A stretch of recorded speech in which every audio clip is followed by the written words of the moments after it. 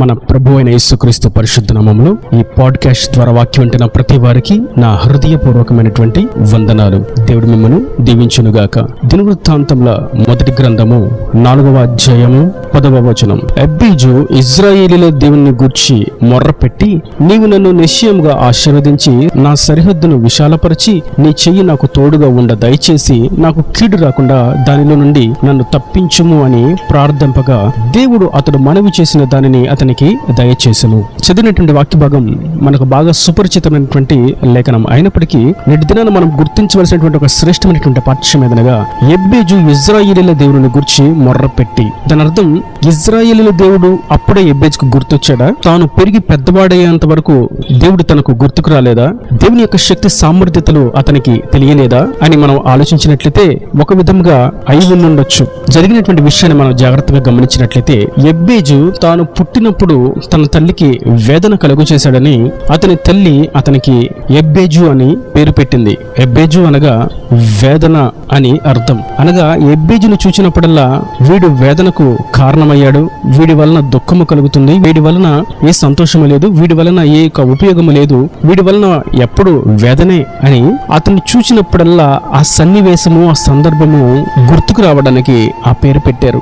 ఒక మాటలో చెప్పాలంటే, ఇతడు సంతోషానికి ఏ మాత్రము కారణము కానివాడు. అంటే అతన్ని బట్టి ఏ సంతోషము, ఏ నవ్వు, ఏ ఆనందము కలుగదు. అయితే ఎబ్బేజు చిన్ననాటి నుండి ఆ మాటలను బట్టి, ఆ చూపులను బట్టి, ఆ పరిస్థితులను బట్టి, ఆ వాతావరణాన్ని బట్టి ఎంతో దుఃఖాన్ని అనుభవిస్తూ ఉన్నాడు. నిజానికి ఎబ్బేజు వేదనకు కారణం కాదు గాని ఎబ్బేజు జీవితంలో ఎన్నో వేదనలు అలుముకొని ఉన్నవి. అయితే తాను పెరిగి పెద్దవాడైన తర్వాత తాను చదవడం నేర్చుకుని ఉండొచ్చు, తాను దేవుని గూర్చి ఒక ధ్యాస కలిగి ఉండొచ్చు. నాకంటూ ఎవరు లేరు ఈ భూలోకంలో, నా తల్లిదండ్రులు సైతం నన్ను వెలివేశారు, నా సహోదరులు సైతం నన్ను అర్థం చేసుకోవట్లేదు, నేను ఎన్నిక లేని వానిగా, తృణీకరింపబడిన వానిగా చూస్తూ ఉన్నారు, నా మాట వినేవారు, నాకు సహాయం అనుగ్రహించేవారు, నాకు తోడుగా నిలబడేవారు, నాకు ఆదరణ కలిగించేవారు ఎవరన్నా ఉన్నారా అని ఆలోచించి తాను వేదన పడి, తాను ఎవరికి వేదన కలుగ చేయకపోయినప్పటికీ తాను మాత్రం వేదనను అనుభవిస్తూ ఇప్పుడు గుర్తు తెచ్చుకున్నాడు.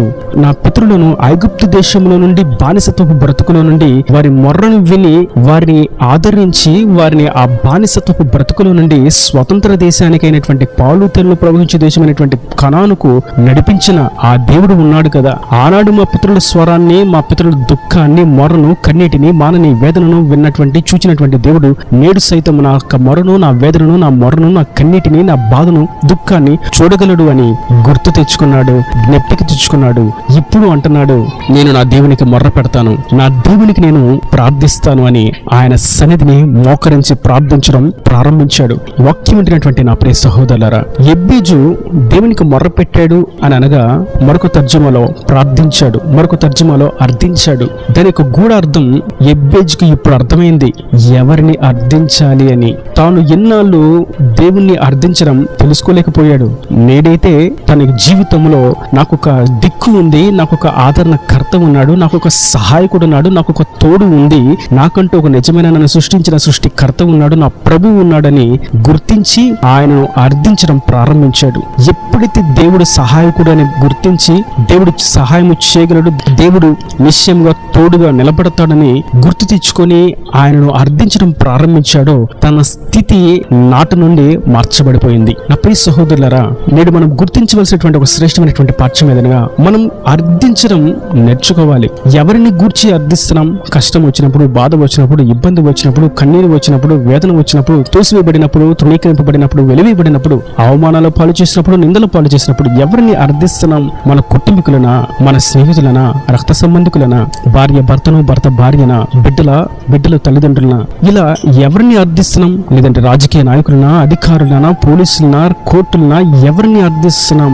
నేడైతే మనం ప్రభువును అర్థించడం నేర్చుకోవాల్సిన వారమై ఉన్నాము. ప్రతి సన్నివేశంలో, ప్రతి స్థితిగతిలో మొట్టమొదట ప్రథమముగా ప్రభువును మనం అర్థించాలి, ప్రార్థించాలి. ప్రార్థన అనగా ప్రభువును అర్థించుట. మన ప్రభు మన సహాయకుడు, మన ప్రభు మన తోడు, మన ప్రభు మనల్ని సృష్టించిన వాడు, మన యొక్క కాపరి. ఆయనను మనం అర్థించినట్లయితే ఆయన మనకు సహాయమును అనుగ్రహిస్తాడు. ఎబ్బేజు తాను దేవుని గుర్తు తెచ్చుకొని అర్థించాడు. తన యొక్క సమస్యను తేటగా ప్రభుకు తెలియచేశాడు. ప్రభువా, నన్ను ఆశీర్వదించు, నా సరిహద్దును విశాలపరచు, నీ చెయ్యి నాకు తోడుగా ఉండ దయచేసి నా నాకు కీడు రాకుండా దానిలో నుండి నన్ను తప్పించు అని ప్రార్థించాడు. కేవలం 4 మాటలు తన వేదన అంతా ఏమై ఉన్నదో, ఎన్ని సంవత్సరాలు ఎంత దుఃఖాన్ని అనుభవించాడో తేటగా ప్రభుకు 4 ముక్కల్లో తెలియజేశాడు. ప్రార్థన విస్తారంగా చేసినంత మాత్రాన గొప్ప ప్రార్థన, బలమైన ప్రార్థన అని కాదు, కానీ ప్రార్థన మనం ఎలా చేశాము, అర్థన అనేది ఎలా చేశాము అనేది చాలా ప్రాముఖ్యమైనటువంటి విషయం. ప్రభు అంటారు, అందుకే శాస్త్రులు, పరిసయ్యులు, ప్రధాన యాజకులను చూసి వారు చేస్తున్నట్టుగా దీర్ఘ ప్రార్థన చేయడం మానివేయండి.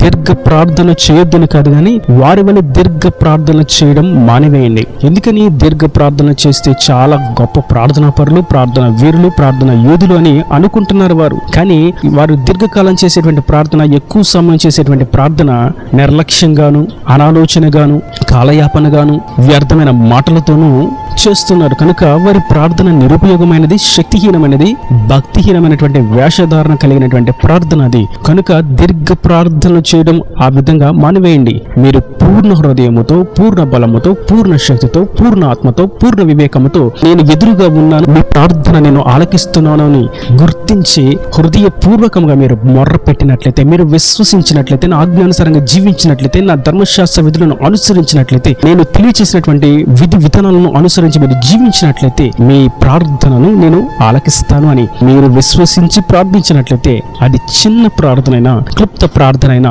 శక్తివంతమైనటువంటి ప్రార్థనగా మార్చబడుతుంది. ఏలియా కూడా మనం చూసినట్లయితే కర్మేలు పర్వతం మీద కొన్ని సెకండ్లు మాత్రమే ప్రార్థన చేశాడు. ఆ ప్రార్థన చేస్తూ ఉండగానే ఆకాశం నుండి అగ్ని కుమ్మరింపబడింది. ఏలియా యొక్క ప్రార్థనకు జవాబు అనుగ్రహించబడినది. మనము చేయవలసినటువంటి ప్రార్థన, అర్థన, మొర్రపెట్టడం అనేది హృదయపూర్వకంగా విశ్వాసముతో ఆయనను గూర్చి మనం చేయవలసిన వారమై ఉన్నాము. దీర్ఘ ప్రార్థనల వలన గొప్ప కార్యాలు జరగవు, లేదా చిన్న ప్రార్థన చేయడం బట్టి కార్యము జరగదు అనడానికి వీలు లేనే లేదు. ఈ వాక్యం వింటున్నటువంటి నా ప్రియ సహోదరులారా, మన సమస్యను స్పష్టంగా ప్రభు ఎదుట పెట్టి విశ్వాసంతో ప్రార్థన చేయడం మన వంతు. ఆయన మీద విశ్వాసం ఉంచి భారమును ఆయన మీద వేయట మన యొక్క వంతు. కార్యము చేయట ఆయన వంతు. తనకు ఆశీర్వాదం కావాలని గుర్తించాడు. తన సరిహద్దులు విశాలపరచబడాలని గుర్తించాడు. అతనికి తోడుగా ఎవరైనా ఉండాలి అని గుర్తించాడు. కీడులో నేను పడిపోకుండా దారిద్ర్య కుమారుడను, సంతోషం పుట్టించిన కుమారుడను, వేదన కలిగించే కుమారుణ్ణి అని నన్ను బట్టి ఎవరు నన్ను అపహసించకుండా కీడులో నుండి నన్ను తప్పించు. తన యొక్క విషయాన్నంతా తేటగా ప్రభుకు తెలియచేశాడు. నేడు మనం సైతము మన ప్రార్థనను స్పష్టంగా ఆయనకు తెలియచేయాలి. మన విన్నపమును తేటగా ఆయనకు తెలియచేయాలి. హృదయపూర్వకంగా స్పష్టంగా దేవుని చెవును చూచినట్లుగా హృదయంలో నుండి ఆ మాటలను మనం ఉచ్చరించినట్లయితే దేవుని దృష్టికి ఆ ప్రార్థన శక్తివంతమైనదిగా ఉంటుంది. కనుక నేటి దినాన మనం అర్థించటం అనేది చాలా శ్రేష్టమైనదని, అర్థనలో విశ్వాసము, పూర్ణ హృదయము, పూర్ణ వివేకము, ఆత్మ నింపుదల, ఆత్మ నడిపింపు కావాలని మనము గ్రహించి ఉండగా అట్టి విధంగా మనం ప్రభువును స్పష్టంగా అర్థిస్తాం. ఆయన నిశ్చయముగా కార్యమును జరిగిస్తాడు. ఇక్కడ మనం చూస్తాం, అతడు ప్రార్థింపగా దేవుడు అతడు మనవి చేసిన దానిని అతనికి దయచేసును అని మనం చదువుతున్నాం.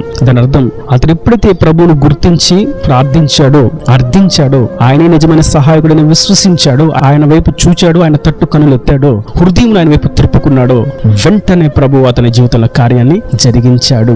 కనుక అట్టి విధంగా మనం దేవునికి అర్థిస్తాం, పూర్ణ హృదయంతో ప్రార్థిస్తాం, సమస్యను స్పష్టంగా ఆయనకు తెలియజేస్తాం. ఆయన ద్వారా వెంటనే సమాధానాన్ని పొందుకుందాం. ఈయన దేవుని మాటలు ప్రతి వాని హృదయంలో నీటికట్టి ఫలింపు చేయను గాక.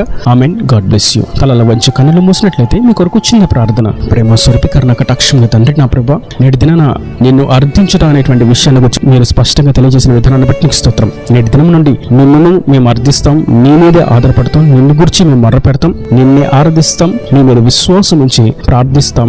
మీ ద్వారానే మేము కార్యాలను అనుభవిస్తాం. తండ్రి, ఈ వాక్యాన్ని ప్రతి వారు అట్టి విధంగా నిన్ను అర్థించటకు, నీ మీద ఆధారపడటకు సహాయం అనుగ్రహించండి. ఇంకా వారి ప్రతి అవసరం అక్కర్ను నీ మహిమలో తీర్చి నిండాలుగా దీవించి రాజాన్ని సిద్ధపరచమని యేసు పరిశుద్ధ నామమున ప్రార్థించి వేడుకుంటున్నాను తండ్రి. ఆమెన్. ఆమెన్.